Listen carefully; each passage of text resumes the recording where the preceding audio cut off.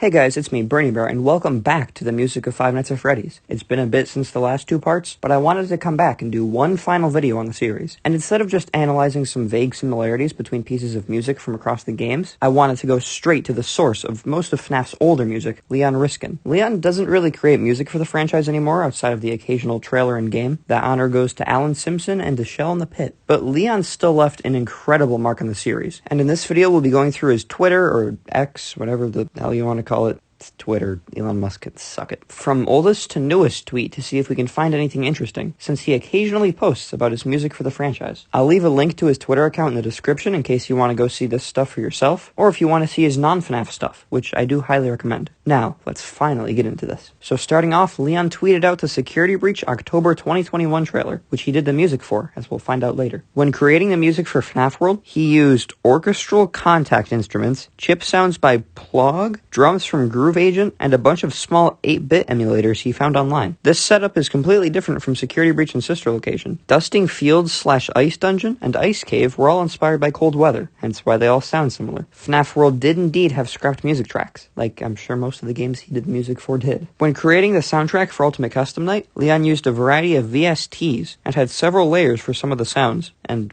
probably didn't use Omnisphere, which is a synthesizer of sorts. Leon apparently doesn't own the rights to the music of FNAF. That's Scott and Steel Wool, which is why pre-Security Breach music isn't on Spotify. Although he apparently can upload and promote his work, even without the consent of the copyright holder, so I don't know. It's really up to him, I guess. I mean, I'm sure if he asked Scott and Steel Wool to publish his work, they'd say yes, because they're just chill like that. Leon was able to pixelate the sound in Fear of Pixelation using a bit crusher, and the tempo of the music fluctuates, which, slows down and speeds up, which creates a limp in the beat. Leon is most likely creating at least one of the pieces of music in the FNAF movie, and apparently it's Deep Purple genre music. This could be a joke, but as far as I know, Deep Purple isn't a type of music genre, but regular purple is. Purple sound is a genre of electric music that incorporates both synth leads and bass lines. It's apparently inspired by 1980s and 90s funk, so maybe that's important given the time period. The entire rhythm section of steam-powered punk, Dawko's boss battle music, was made from various mechanical sounds, like steam bursts, door slams, clicks, metal chains, etc. For some reason, Leon won't give an answer as to why Werewolf Behind 18 Bars, Markiplier's boss battle music, is named that, but apparently it has a meaning within the track. Melting Titanium was Leon's pilot track for FNAF, a very unusual starting point indeed. Leon will most likely keep making the occasional piece for FNAF, judging by his suspicious dodging of the question when asked. Apparently Leon struggled with closing the loop while creating Crumbling Dreams. Also, the draft version had a church organ? That would have sounded dope. Too bad we'll never get to hear it though. When asked if he's the one who names the tracks in the franchise, Leon didn't answer, so I'm gonna say he doesn't. Some names just seem too important. And then for the console ports of the OG FNAF games, the remixes of music don't have unique names, as usually only original themes have unique names. For FNAF AR, Leon only composed Dangerous Thoughts and Overworld, which Overworld is just a remix of Dangerous Thoughts.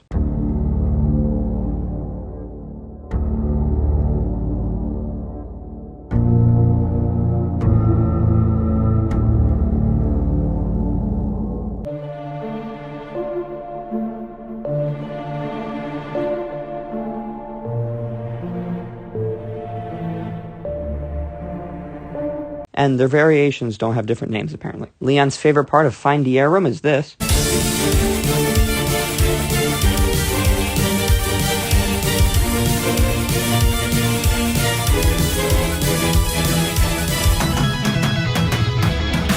He also posted a version without the strings.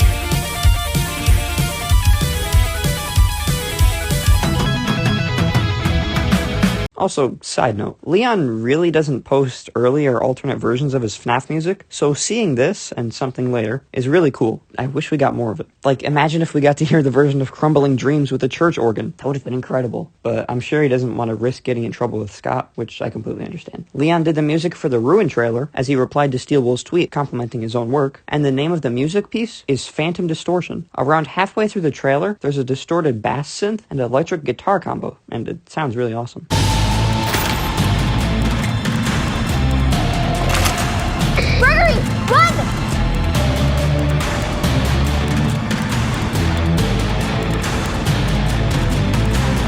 The name of the music used in the Security Breach October 2021 trailer is called Hydraulic Jaws, and then the name of the music used in the February Security Breach trailer is Scratch Marks on the Ceiling. Leon designed passive-aggressive, with waves of buildups and almost no drops, to create a sort of constant tension. Leon once again pointed us in the right direction for the meaning of Werewolf Behind 18 Bars. Apparently it's in the structure of the music. Leon's favorite track he made for the series is Fear of Pixelation. It's the only one where he constantly slowed down and sped up the tempo, and battered it down with bit crushers. It was very experimental, since tempos usually aren't messed with so drastically in short music loops. As mentioned before in the series, the title screen music for FNAF 6 is a remix of Turtle Crusher from Sister Location, and according to Leon, Turtle Crusher snuck inside somehow. Very fitting for the game. I wonder if Scott told him to make it a remix of Turtle Crusher, actually, since Scrap Baby's in the game. And she's the first Scrap animatronic you see. Also, hey, who's that? The name of the title screen music is actually Fits Me Like a Glove, and it took 3 drafts to get perfect. The original version had 8-bit Lofi drums, and the sound set apparently wasn't working well. As much as I love this music, I'd be lying if I said I wasn't curious about the 8-bit Lofi drums. When composing for FNAF, Leon usually does get some guidelines for what to do, like the scene setup, vibe, and references to the style, tempo, and genre. But in some cases, he does get complete creative freedom with just a few points and clues. The first draft of Don't Open the Door from FNAF World features a door creaking open, which actually explains the title. I always wondered why it's called that. And to know that there was originally a door used in it makes sense.